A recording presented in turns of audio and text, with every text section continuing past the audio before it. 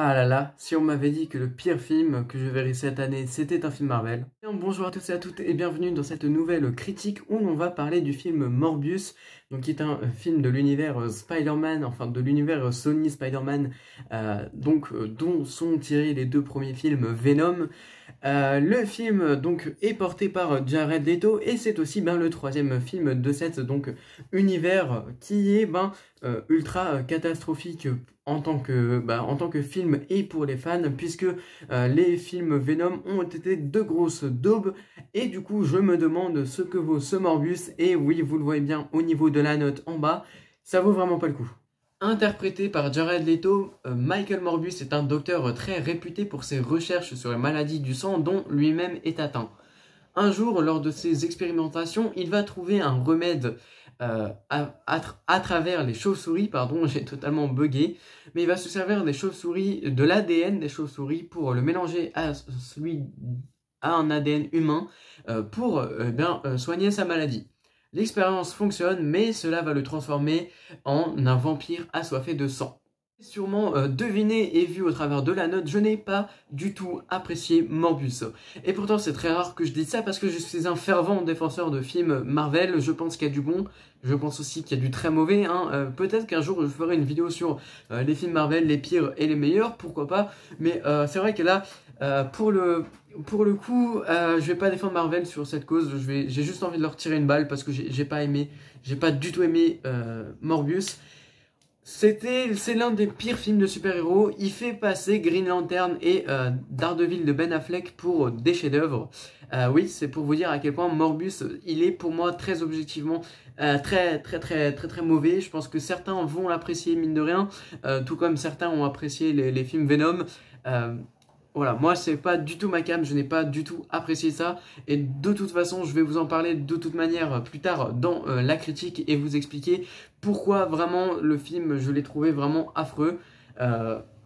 C'est déjà pour faire rapidement, c'est très mal monté, c'est très mal écrit, c'est moche et c'est surtout une très grosse publicité mensongère. En effet, lors de ces trailers, Morbius il avait réussi à conquérir les fans du personnage de Spider-Man puisqu'il introduisait beaucoup de choses en rapport avec les Spider-Man de Tom Holland, de Tobey Maguire ou encore d'Andrew Garfield. Bref, on ne savait pas dans quel univers se déroulait Morbius, mais il y avait des possibilités que ce soit par exemple dans l'univers de Tobey Maguire ou d'Andrew Garfield. Et du coup ça hypait beaucoup les fans. On avait beaucoup d'éléments comme dans un trailer cette fameuse tour Oscorp qu'on avait vu, donc Oscorp qui est la tour on va dire du bouffon vert donc de Andrew Garfield. Mais aussi de Tobey Maguire. On avait aussi ce fameux poster de dans Morbius avec le Spider-Man assassin, donc si j'ai l'image je vous la mets, mais il y avait également le personnage de Michael Keaton, donc, qui lui fait partie de Tom Holland, qui revenait dans son rôle de vautour. Tout ça hypait les fans, on avait vraiment envie de voir Morbius avec ces choses-là justement, et en fait tout ça n'est pas dans le film. Ce n'est pas du spoil parce que spoiler c'est dire ce qu'il y a dans le film, là je vous dis ce qu'il n'y a pas, ce n'est pas spoilé. Mais en gros tous les trailers c'est totalement mensonger puisque ce qu'il y a dans la bande-annonce n'est pas dans le film. Et du coup ça a déçu beaucoup de fans, déjà dont moi, et déjà ça joue pas du tout sur la note, le 2,5 sur 10, ça n'a rien à voir avec cette histoire parce que la note elle est suivie donc d'un barème qui est très objectif et j'ai pas pris en compte tout ça. Maintenant, ce qu'il faut quand même dire c'est que c'est dégueulasse de faire vendre son film avec des théories comme ça, comme le fait qu'il y aurait le vautour, comme le fait qu'il y aurait Andrew Garfield, voilà, tous ces liens avec Spider-Man qui sont totalement absent du film et je trouve ça totalement dégueulasse de faire vendre le film comme ça et au final de se retrouver avec totalement autre chose qui n'a ni goût ni saveur et qui n'a aucun lien avec les films Spider-Man. Donc voilà, c'est un petit peu la grosse arnaque de ce mois de mars, la plus grosse arnaque d'Hollywood je pense, parce qu'on a clairement rien eu au niveau de Spider-Man alors que c'est clairement ce qu'ils nous avaient vendu et c'est aussi pour ça qu'on allait voir le film. Ensuite de ça, le film il a énormément de défauts, du moins selon moi. Je sais que j'en ai discuté avec certains d'entre vous qui étaient pas tout à fait d'accord, mais dans la grande majorité, puis j'ai regardé aussi des critiques YouTube, dans la grande majorité, beaucoup n'ont pas aimé le film et ne le conseillent pas, c'est aussi mon cas, et il est mauvais sur pas mal de points, notamment son montage. Il faut d'abord dire qu'il est super mal réalisé sur l'intégralité du film, Mais les scènes, surtout au niveau du montage, elles n'ont aucune cohérence. Il y a beaucoup d'incohérences, de trucs où, en fait, on s'en fout totalement que ce soit cohérent avec la scène d'avant, tant que ce qu'on regarde est un tant soit peu divertissant. Il y a également beaucoup de faux raccords dans le film. En fait, on prête pas du tout attention à tout ça, on s'en fout totalement parce que le film, en fait, comme l'ont dit mes confrères de Pardon le cinéma, c'est en fait, le spectateur, peu importe la merde qu'il va voir au cinéma, il sera content. Donc Sony part du principe qu'il faut faire n'importe quelle merde parce qu'il sera content et ça leur rapportera de l'argent, ça leur coûtera moins cher. Et vraiment là c'est ce qu'on ressent avec Morbius parce que vraiment ils s'en battent les steaks mais de tout, aucune cohérence, de très nombreux faux raccords. Ensuite, c'est très mal monté, hein. On a du mal à se situer géographiquement, temporellement aussi par moment, surtout au début du film. Donc on voit le docteur Morbius dans un temps présent, puis on nous met un flashback en Grèce 25 ans plus tôt qui n'est pas du tout cohérent avec l'âge de Morbius, mais bref, c'est pas grave, donc 25 ans plus tôt. Puis ensuite on nous remet dans une scène où on sait pas trop si on est dans le futur, si on est dans le présent, si on est entre le passé et le présent. Bref, c'est ça, quasiment tout le film, on ne se situe pas temporellement, géographiquement, c'est monté comme un pied, et pourtant le monteur a fait de très bons films à l'époque. Ça montre que la réalisation, elle n'a pas suivi. Comme avec les films Venom, on va recruter une immense star du cinéma. Donc dans les Venom, c'était Tom Hardy qui jouait le rôle principal. Et donc là, dans Morbius, c'est Jared Leto. Jared Leto qui est un grand acteur et que je ne vais pas tacler dans ce film. Enfin si, je vais le tacler, mais pour ce rôle et pas pour le reste de sa carrière, hein. C'est pas parce qu'il a fait un mauvais film que tous les autres sont mauvais, il faut quand même le préciser, je trouve, c'est important, mais c'est vrai, je sais pas ce qu'il a pris à Jared Leto et à Tom Hardy pour signer dans ces films qui sont totalement vraiment nuls, en fait, ils ont rien à jouer, que ce soit, en fait, son personnage, il est déjà fade, mais en fait, ces genres de grands acteurs, ils rajoutent en général quelque chose à leur personnage. Même si le personnage est mal écrit, ils arrivent à le rendre un peu mieux, rien que par leur jeu d'acteur. Et là, dans Morbius, c'est pas du tout le cas. J'ai un peu l'impression que c'est Tom Hardy dans Venom 2, c'est qu'on n'en a rien à faire de son personnage, parce qu'on n'y croit pas. Et je pense que c'est ça. Je pense que Morbius, Jared Leto, il n'y croyait pas dès le début.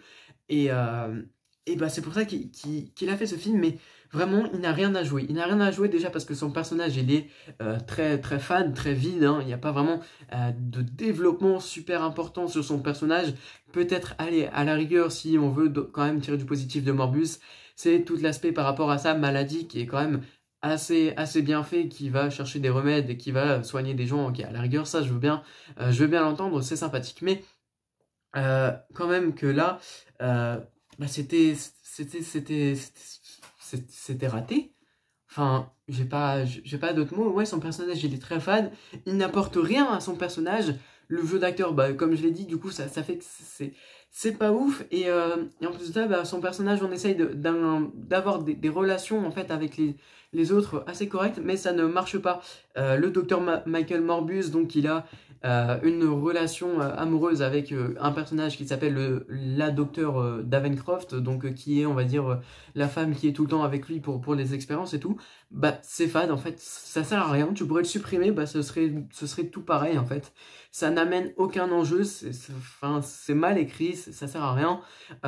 Alors le personnage de Matt Smith, on en parlera, mais en partie spoiler, parce que c'est vrai que sinon je vais vous spoiler tout le film là maintenant si je vous en parle. Donc pour le personnage de Matt Smith, on reviendra dessus plus tard en partie spoiler, mais c'est vrai que je peux rapidement vous dire la relation qu'il a donc avec Michael Morbius. En fait, si vous voulez, ils sont meilleurs copains dès le début, et puis en un seul plan, ils arrivent à devenir les pires ennemis qui se sont jamais vus, quoi. Enfin, on dirait qu'ils sont tous les deux reniés et qui se détestent, mais en un seul plan. C'est-à-dire, il est gentil, bim, il est méchant. Et voilà, ça s'arrête là. Il n'y a aucune construction dans l'écriture de cette relation, de ces personnages. Et ça donne un truc totalement affreux et totalement nul, en fait, en termes d'écriture de personnages. D'ailleurs, le film, il essaye d'apporter des moments forts d'émotion. On va essayer de jouer la carte de la tristesse. Et ça ne marche jamais. Déjà parce que le jeu d'acteur ne suit pas, parce que les relations sont mal écrites, parce que les personnages sont mal écrits. Du coup, ça ne marche à aucun moment, en fait.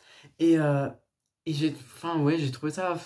très mal fait. Surtout, bah, c'est aussi dû au fait qu'on a très mal introduit les personnages avant ces scènes, du coup, je trouve. Mais c'est vrai que l'émotion, ça passe pas. Peut-être que, allez, si aussi je dois dire du positif, parce qu'il n'y a pas que du négatif dans un film, hein, il y aura toujours quelques trucs de positif, c'est qu'on peut retrouver un côté horrifique dans ce film. On peut, voilà, il y a certaines scènes, par exemple, bah, dans la scène d'introduction qui se déroule sur un bateau, c'est vrai qu'on va beaucoup se servir du décor, on va bien se servir des lumières, et ça donne un côté horrifique, et ça, j'ai trouvé ça sympa. Ça me plaît beaucoup, en fait, ce côté horrifique, mais en fait, le film, il ne reste pas là-dessus. Si encore tout le film serait un film dit d'horreur ou horrifique, euh, on va dire, et un film d'épouvante, ça aurait pu être sympa si c'était tout le film, et là, ça aurait du sens. Mais, on va dire, ce côté un petit peu horrifique, on le voit dans la première demi-heure de film, et après, on passe sur quelque chose d'action assez mou, pas très sympa, et on passe sur un divertissement édulcoré, parce que c'est pas un vrai divertissement, c'est un film qu'on regarde bah, pendant 1h45, tout en mangeant son popcorn parce qu'on n'a rien d'autre à faire, mais voilà, on s'amuse pas réellement devant Morbus, et voilà, et du coup, bah, je pense que la meilleure émotion, et c'est quand même un point, on va dire un bon point du film, c'est ce côté horrifique, mais à part ça, y a rien de niveau émotion qui passe. Aussi, quand on parle de super-héros, on s'attend à bah, des scènes d'action, des scènes de combat, ce qui est tout à fait, on va dire, bah, cohérent avec l'univers du super-héros. Et je trouve que dans Morbius, bah, ça a été la chose la plus ratée, la plus foirée qu'on ait pu avoir dans ce film. En fait, bah, c'est surtout dû aux effets spéciaux que j'ai trouvé vraiment dégueulasses.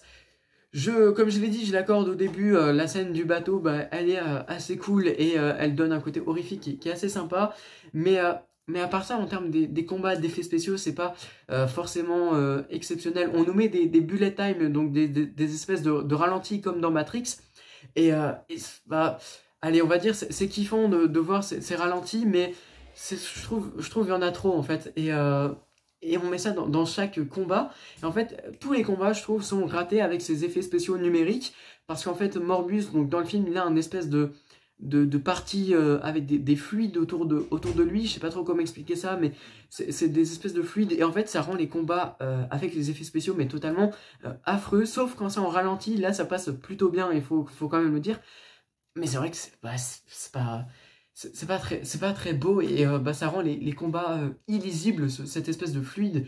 Et surtout, bah, les effets spéciaux, les CGI, les effets numériques sont vraiment, pour moi, elles sont horribles en fait.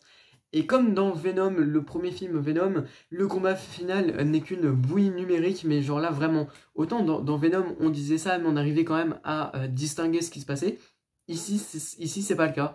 Le combat final, bah, c'est tellement raté avec les effets visuels que tu vois rien, c'est impossible de suivre. Tu sais pas où ils sont géographiquement parce que tu as ces espèces de fluides qui passent tout le temps devant l'écran. Tu as du mal à discerner les personnages, tu as du mal à décerner les coups qu'ils se portent.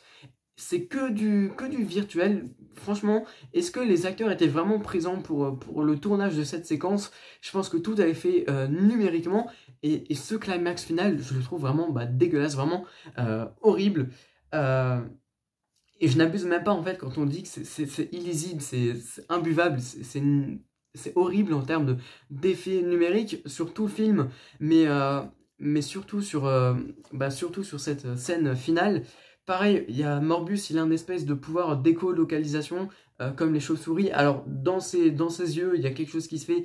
Je trouve ça assez sympa en termes d'effets spéciaux, mais après tout le reste, les espèces de déco-radar qu'il y a autour des bâtiments et tout, quand ça passe, bah, je trouve ça aussi horriblement moche. Bref, les effets spéciaux, j'ai pas du tout apprécié ça. Ensuite, il faut dire que pour un film comme celui-ci, pour un film qui parle du personnage de Morbus, donc dans les comics, là, j'en ai pas sous la main, mais j'en ai déjà lu, le personnage de Morbus, c'est un univers gothique, c'est assez violent, c'est assez gore. Pareil pour les films, pour les comics Venom, c'est sombre, c'est gore, c'est sanglant, c'est violent. Et bien là, dans Morbis, c'est pas du tout le cas. Les seules fois où on verra vraiment du sang, bah, c'est dans des pochettes plastiques à but chirurgical. Donc voilà. Après, c'est pas parce qu'il y a du sang que c'est forcément un bon film. Loin de là. D'ailleurs, hein, on a vu Resident Evil qui est le film le plus sanglant que j'ai jamais vu, mais qui est vraiment nul. Mais c'est vrai que là, sur ce film, bah, ça fait partie du personnage, en fait, ce côté sanglant, ça fait partie du personnage, ça fait partie du récit, et c'est dommage que ce soit pas adapté.